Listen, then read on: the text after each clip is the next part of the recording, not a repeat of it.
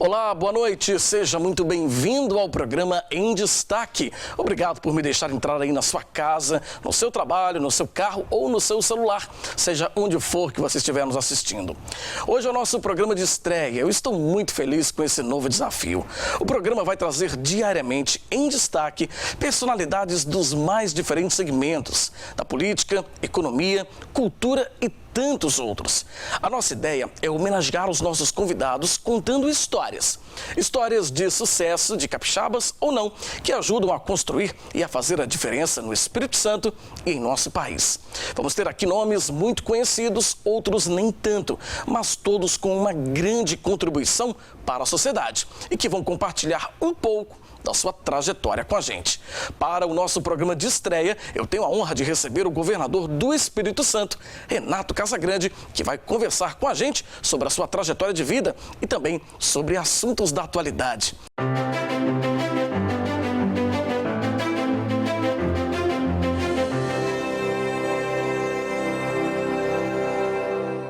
Governador, boa noite, bem-vindo ao programa em Destaque. Boa noite, Fabiano, boa noite a todos que estão nos acompanhando. Também obrigado pela oportunidade de estrear o programa e parabenizo a você por estar liderando e organizando esse programa que com certeza vai ser um sucesso. Eu agradeço, senhor. Inclusive, eu quero começar o programa agradecendo ao governador e à sua assessoria, né? Eu conversei com o governador no fim de semana, falei do programa da estreia e ele prontamente remanejou toda a sua agenda para conseguir, a agenda que não é fácil, a agenda de governador, né? Para conseguir estar aqui com a gente na estreia, que para mim é um motivo de carinho e prestígio. Muito obrigado, tá, governador? Governador, vamos começar falando sempre os nossos convidados aqui. A gente vai fazer primeiro contar um pouco da trajetória dos nossos convidados. E o senhor tem uma trajetória longa na vida pública já.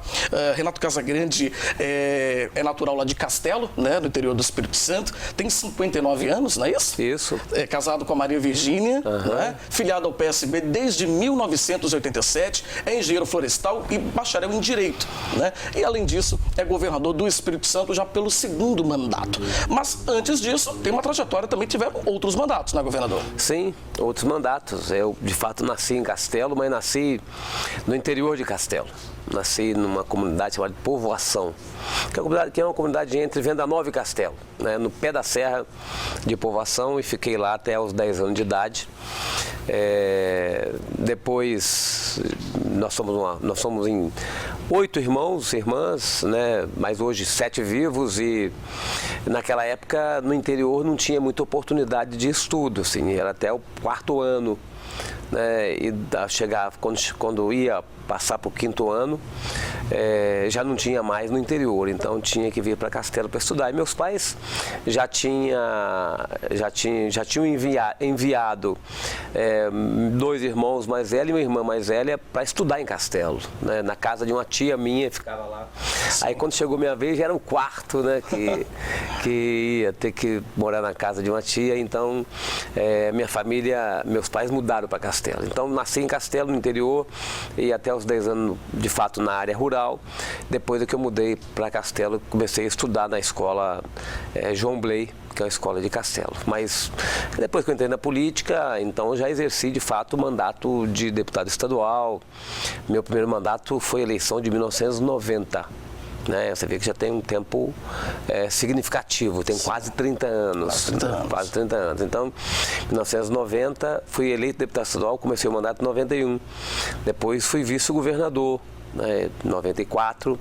Depois eu fiquei sem mandato, de 98, 99 até 2002. Depois deputado federal, senador e governador. Então, já exerci aí alguns mandatos, né, de estadual até governador. Filiado ao seu partido, que é o Partido Socialista Brasileiro, que é o PSB, o senhor tem 33 anos, desde 1987, não é isso? Minha idade. Muito bem. Só de partido. Muito bem. Uma trajetória longa, né? Você estava nascendo, eu estava me filiando ao PSB. Tá certo? Assim, com a sua juventude. Talvez um pouquinho mais jovem que você. Tá certo. Não tinha essa barba espessa, ainda então. Não tinha, não. Tá certo. Agora, governador, o senhor citou um pouco da sua infância. Eu penso uma infância humilde, ainda lá no interior de Castelo. O que o senhor poderia, daquele momento, daquela época, o que o senhor destacaria? Qual foi o momento que te marcou na sua infância? Acho que o que marca, a gente sempre lembra da infância, né? Assim, você vai ficando com mais idade, mas tem coisas da infância que você não esquece, fatos que você não esquece, né? Assim, a ida para a escola, assim, a escola com unidocente, né? Um professor só para 4 turmas, primeiro, segundo, terceiro e quarto ano, né? Cada fileira era um ano. Então, a época de escola, começando a estudar numa escola desse tipo, numa comunidade de interior, tá certo? Isso tudo marca também, assim, que marca a infância. Quando eu estava morando, era às margens da rodovia Pedro Cola, que liga Castelo a Venda Nova, né? Lembro, assim, das obras de pavimentação daquela estrada, as pessoas de fora que vinham para trabalhar na rodovia. Então, parte de infância a gente nunca esquece, né? Nunca esquece, né? Depois de uma certa idade você começa a esquecer das coisas que passaram. Você tinha 30, 40 anos, você começa a esquecer um pouco. Agora, aquilo que te marca lá atrás você não esquece. Então, a infância no interior, né, numa comunidade de interior, assim, é muito marcante porque é um nível de liberdade muito grande que a gente tinha, assim, das brincadeiras, da escola, das brincadeiras, do trabalho não o trabalho, mas o apoio a quem trabalhava na área, na agricultura, né, levando um almoço, levando um café. Esse envolvimento lá no interior é um envolvimento muito grande e aquilo era muito atraente para quem tinha aquela idade. O senhor falou que se recorda aí de cenas da pavimentação da rodovia, numa época em que o senhor nem imaginava que um dia se tornaria governador do estado, né? E estaria realizando obras também como aquela. Lógico que eu não imaginava, né? Mas assim, ver como algumas obras marcam as pessoas, né? Assim, eu lembro que meus irmãos quando iam de Povoação para Castelo para estudar, época de muita chuva, então eram 15 a 20 quilômetros, 15 quilômetros, sim. E quando chovia eles iam a pé de Povoação para Castelo, eles voltavam de Castelo no final de semana a pé, né? E isso vai gravando na memória da gente, né? Esse tipo de vida que a gente tinha, né? E quando você chega com uma obra dessa, assim, isso de fato marca, porque muda a realidade de uma comunidade. Governador, vou pedir para o senhor aguardar um pouquinho, a gente vai para um rápido intervalo. Na volta a gente continua a nossa conversa. É bem rapidinho, o programa Em Destaque volta já.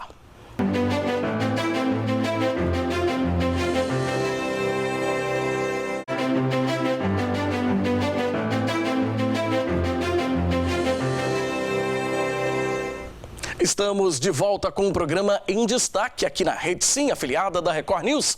E a gente continua a nossa conversa com o governador do Espírito Santo, Renato Casagrande. Governador, o senhor no bloco anterior comentou um pouco sobre a sua trajetória, pontos marcantes da sua infância, também sobre a sua trajetória profissional, formação profissional e a trajetória política também. Agora vamos falar do mandato, né? Do mandato do governador. Como a gente disse, o senhor está no seu segundo mandato aqui no governo e já começou, né, o ano passado com muitos desafios, eu penso, mas nesse ano um desafio muito grande foi, eu penso, as chuvas lá no sul do Espírito Santo, as chuvas que atingiu o estado e que causaram muita destruição. O senhor acompanhou de perto, a gente pôde ver isso nas nossas reportagens aqui na Record News.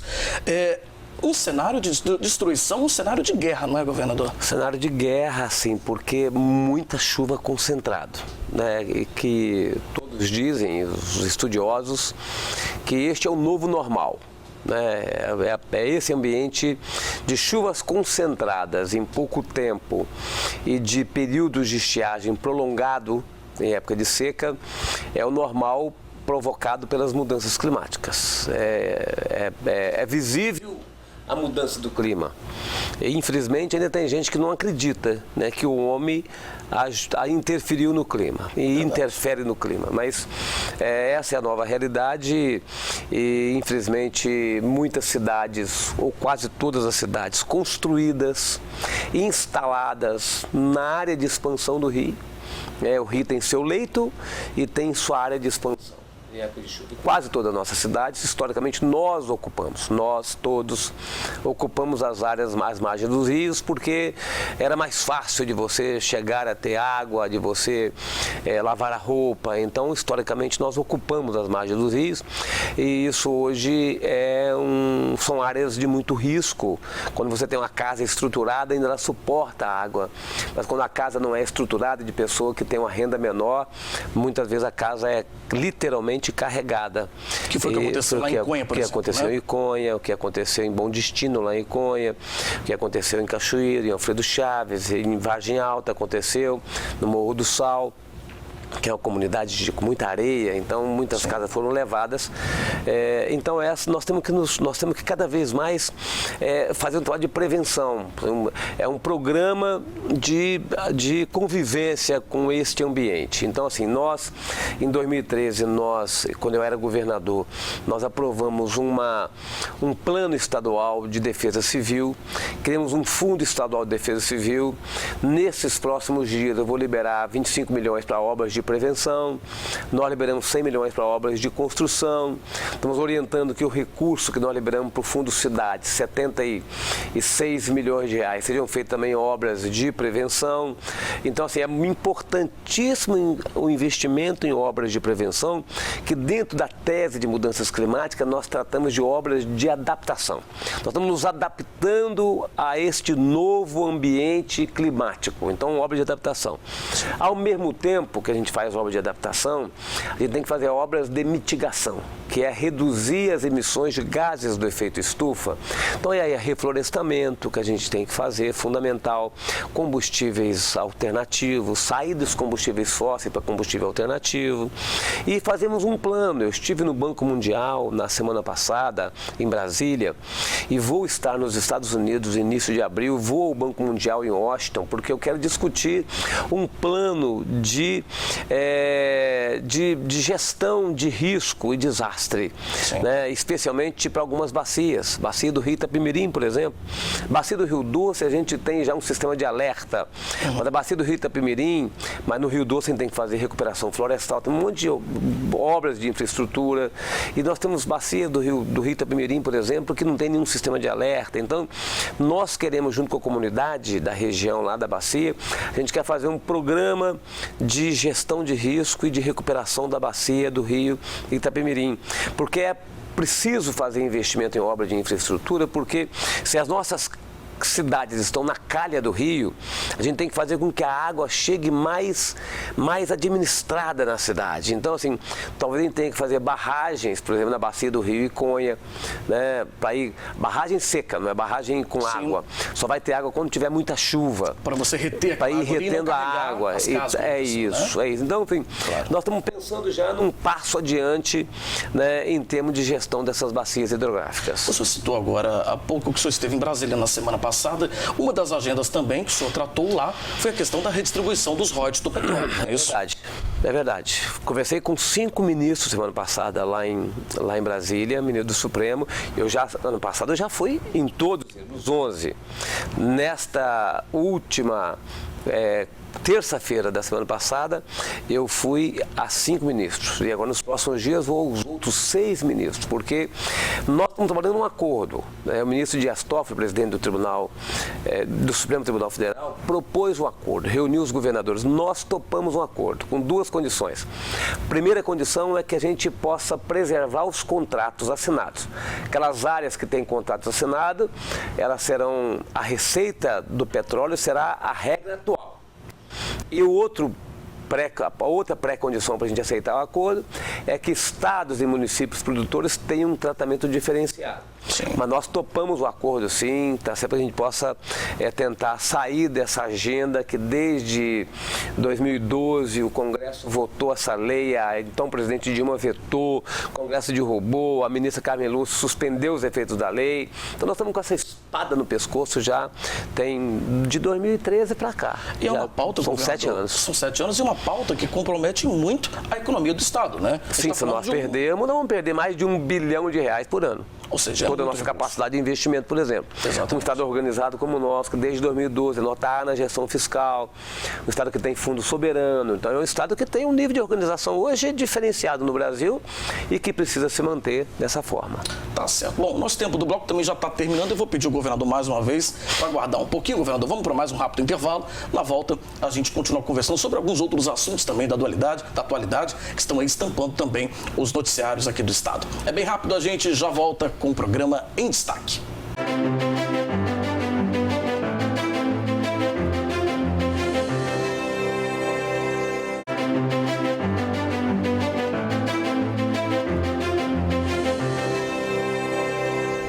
Estamos de volta com o programa Em Destaque aqui na Rede Sim, afiliada da Record News. E a gente continua a nossa conversa com o governador do Espírito Santo, Renato Casagrande. Governador, estamos aí tratando de assuntos da atualidade e outro assunto que tem aí estampado muito o noticiário e preocupado também muito a sociedade é a questão do coronavírus, né? Esse vírus aí que teve início lá na região da China, na Ásia, e tem se espalhado aos poucos pelo país.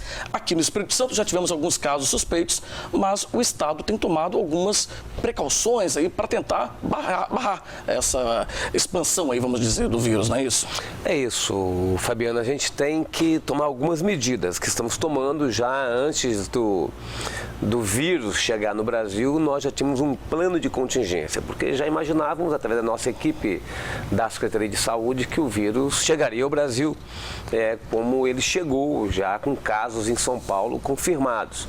Então, assim, primeiro o trabalho de prevenção. O Ministério da Saúde está fazendo, a Secretaria de Saúde do Estado está fazendo, o Brasil todo está fazendo um trabalho de prevenção, né, de como você se comportar, lavando as mãos, higiene, se tiver um resfriado, como se comportar, evitar ambiente de muita gente, de concentração de pessoas. Então tem uma série de medidas, orientar a quem procurar. Nós definimos aqui no Estado os hospitais de referência, né, para quem tem, de fato, para quem fica comprovado que tem o vírus ou que tem alguma suspeita de ter contraído o vírus. Nós estamos também definindo algumas unidades de tratamento intensivo, algumas UTIs, porque a UTI do coronavírus tem que ser UTI isolada, não pode ser aqueles centros de tratamento em que você tem diversos leitos de UTI, um ao lado do outro, tá certo? Assim, porque ali pode ter contaminação, então tem que ser quartos e unidades isoladas. Então, todo um trabalho sendo feito para que a gente possa, dificultar a disseminação e a contaminação. Tá certo? Isso é pelo lado da saúde e pelo lado de salvar as pessoas. E nós temos um outro efeito do coronavírus que é na economia, né? A redução da atividade econômica, a redução da atividade do comércio internacional. Então, infelizmente, a gente tem o efeito na saúde, né, de cada um de nós, o risco, e o efeito na economia. Mas o que a gente tem falado das pessoas é para que não entrarem, não tem pânico, não tem pânico.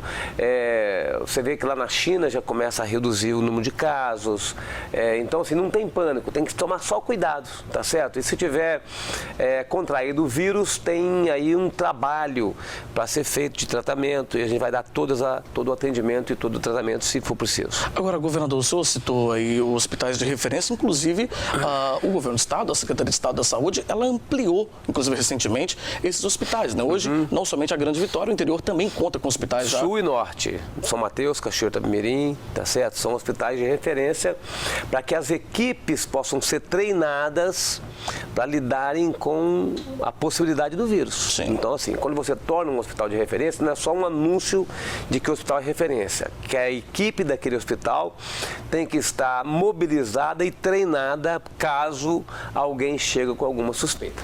Agora, governador, o senhor citou outra coisa também, que eu acho que é muito importante, principalmente nesse momento em que a gente vive essa epidemia, né, pelo mundo inteiro, é que a população tem um papel muito importante nisso, né? Como o senhor citou, a precaução, né, né? Primeiro é não entrar em pânico. Não entrar em pânico, isso. Sim, você vê a quantidade de pessoas comprando máscara, não tem máscara quem é profissional da saúde. Você vê que a França proibiu, está sequestrando máscaras, assim, não pode comprar máscaras, assim. Então, assim, não entrar em pânico, primeira...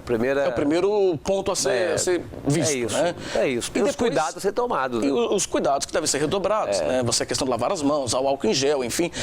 Lógico que são cuidados que já existiam, por exemplo, para a gripe, né? Para tudo. Para tudo, né? Mas agora estão sendo um pouco mais reforçados por conta, né, da questão do coronavírus. Estava lendo um artigo no ano passado, num grande jornal, um senhor de idade, falando assim, agora que eu estou aprendendo como é que tem que fazer, como é que tem que tossir, como é que tem que espirrar, como é que tem que lavar as mãos, né? Então, é um risco, mas também é uma oportunidade de aprendizado, porque também evita disseminar outras doenças, não só o coronavírus. Outros vírus, não só o coronavírus. Até porque o próprio influenza, o H1N1, também podem levar ao óbito, né? Então, inclusive, se a gente for comparar a taxa de letalidade, né? A dengue mata muito mais. A dengue mata muito mais. Do que o coronavírus. Né? E está normalmente dentro das casas das pessoas. Né? As pessoas não tomam esse cuidado.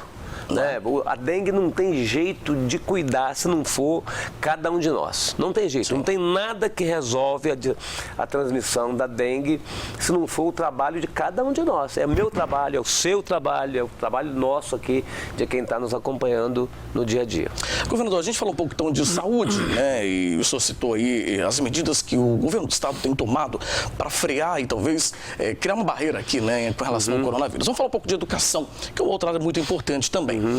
O Estado tem tocado, inclusive, a questão da escola em tempo integral, que é algo que começou no mandato anterior ainda, do governador anterior, e o senhor tem mantido esse projeto de governo, né? Estão ampliando, Estão ampliando, isso que eu ia perguntar ao senhor agora. Existe um projeto também para ampliar ainda mais esse projeto da educação? Existe. Por quê, Fabiano? Porque, assim, a escola em tempo integral faz parte do Plano Nacional de Educação, do Plano Estadual de Educação e dos planos municipais de educação. Então, nós temos que alcançar até 2024, pelo menos 50% das escolas tendo educação em tempo integral, e temos que alcançar pelo menos 25% dos alunos estudando o ensino em tempo integral. Tá certo? Então, nós chegamos ao governo em 2019, nós tínhamos 28 escolas em tempo integral no estado. Aí em 2019 nós abrimos 4, programação do governo anterior, abrimos 4 escolas. Agora em 2020, já começou no letivo, nós abrimos 26 escolas. Então, assim, nós tínhamos 28, abrimos 4 no ano passado e 26 nesse ano. Então, nós tínhamos 28 e já abrimos, então, 30 escolas em tempo integral. Queremos, no ano que vem, abrimos a mesma quantidade, um número bom, em torno de 30 escolas, tá certo? Porque é uma oportunidade. Nós criamos um novo formato de tempo, porque escola em tempo integral é a partir de 7 horas de aula, de presença do aluno na escola. Então, assim, quando você tem de 7 até 9 horas e meia. 9 horas e meia, a criança, o jovem vai às 7 horas da manhã e sai 5 horas da tarde. Almoça lá, assim. Agora nós criamos uma outra modalidade que é de 7 horas. Então entra meio-dia e meia, almoça e fica até 7 e meia da noite, porque permite que a gente use a escola num tempo parcial de manhã cedo. E o aluno que vai para a escola em tempo integral, ele pode fazer um estágio, por exemplo. Nós lançamos agora no Jovens Valores, que é o programa de estágio do governo, 845 vagas para alunos das escolas em tempo integral, de 7 horas. Que ele pode fazer o estágio de manhã cedo, né, no governo do estado, ganha uma bolsa de 600 e poucos reais, né, mais o vale transporte, e ele à tarde vai para a escola e fica 7 horas na escola.